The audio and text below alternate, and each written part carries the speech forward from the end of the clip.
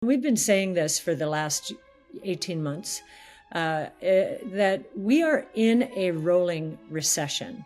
It started 18 months ago with 2 consecutive negative quarters for real GDP growth at an annualized rate. And since then, one sector after another has stumbled. So housing, for example.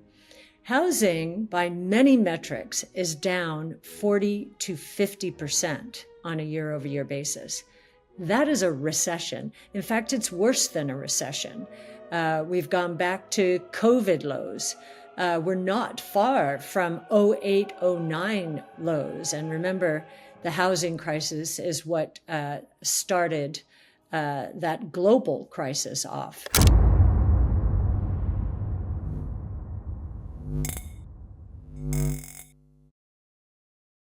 Today we have the latest interview with ARK CEO Cathie Wood, where she provides an update for the market in 2023. Officials are exercising caution in declaring victory over persistent inflation, determined not to repeat the 1970s mistake when premature inflation control measures led to a resurgence of double-digit price hikes. The central bank's vigilance is palpable, saying it's too early to claim victory over inflation. This heightened anticipation has propelled both stock and bond prices skyward, underscoring the market's trust in the Fed's commitment. Let's check out the latest interview with Cathie Wood, as she talks about her market outlook for 2023 and what economic indicators we can expect with inflation, the stock market, and the potential impact of cryptocurrencies on the global monetary system. We now have government gridlock. What happened with the House Speaker being ousted suggests that the government could shut down in the next 6 weeks. So I know there's a lot of nervousness around government spending, which up to now has been a stimulant. We think the next year, election year, is going to be more along the lines of gridlock. Inventories, if we listen to our companies and to other companies that we don't own but monitor for their cyclical indications, many are saying that inventories are dropping. They're dropping dramatically at the retail level. And yet we don't see that in the overall economic statistics. In fact, the revision to real GDP in the second quarter showed inventories flipping from negative back to positive. So we haven't seen a broad-based inventory decline yet, and we do think that is coming. One of the ways we're seeing it is in the trade sector. So our imports are dropping, I believe, a double-digit rate, because I don't think economists and investors spend enough time understanding what is happening in the rest of the world. And we think the rest of the world is experiencing much more pain than we are. Certainly China, increasingly Europe, and of course, they influence the rest of the world. This is the federal budget deficit as a percent of nominal GDP. And as you can see, we're in the 7.5% to 8% deficit range relative to GDP. So if you look at this in the context of history, I remember when I first got into the business, and in the early 80s, we were running a deficit north of 5%. That was because we had back-to-back recessions. You can see those shaded lines there are recessions. And the government was doing what it typically does, trying to become a buffer against the hardship caused by recessions. So we got to 5.6% deficit as a share of GDP. And I remember the ruckus being raised there. And one of the answers to curing that deficit was growth. So tax cuts, regulations being cut, tariffs being cut, and real growth being stimulated. And we do think that that will prove to be the case again. Now, you can see what happened during COVID and during the great financial crisis. Our government threw everything it had at both of these crises. And you can see we've come back, but, in the absence of a full-blown recession, 7.5%, 8%, very high by historical standards. And some would say that it is quite discouraging. Perhaps we are in this rolling recession. Those who think we're not in a recession can look aghast at this number, but it would suggest that we could be in a recession, and there are some contracyclical spending measures taking place in addition to the stimulus coming out of COVID, the COVID crisis, and the so-called Inflation Reduction Act. Cathie does believe the current monetary policy also raises concerns about inflation rates.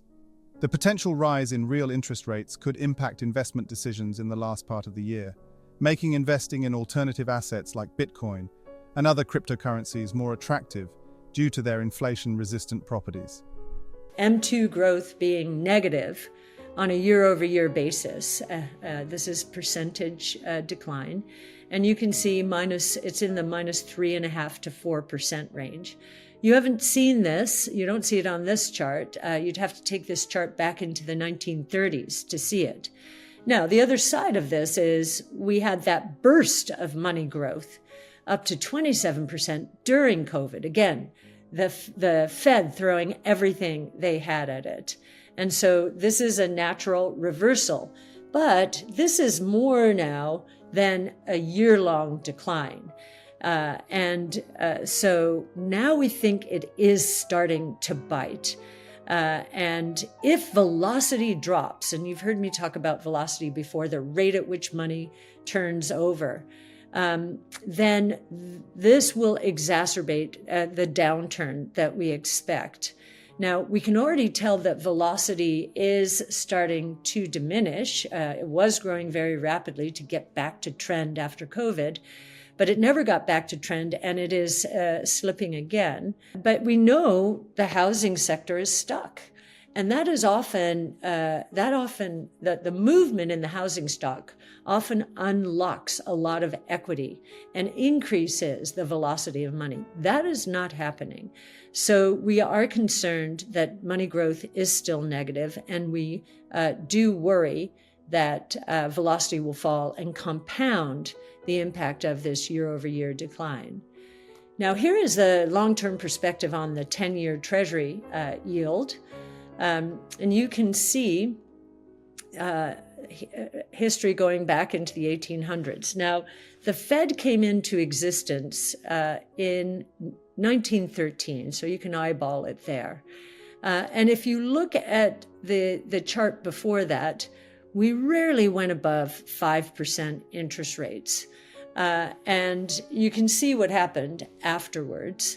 Especially after 1971, when we closed the gold window and monetary policy became unhinged. The Fed effectively accommodated the quadrupling of oil prices that OPEC put through right after that. And you can see what a disaster that was throughout the 70s and into the early 80s. And then in the early 80s, again, we had really good fiscal and monetary policy encouraging growth, monetary policy, Chairman Volcker just saying, we are not accommodating these price increases. Money growth never went negative. In fact, I will show you back there.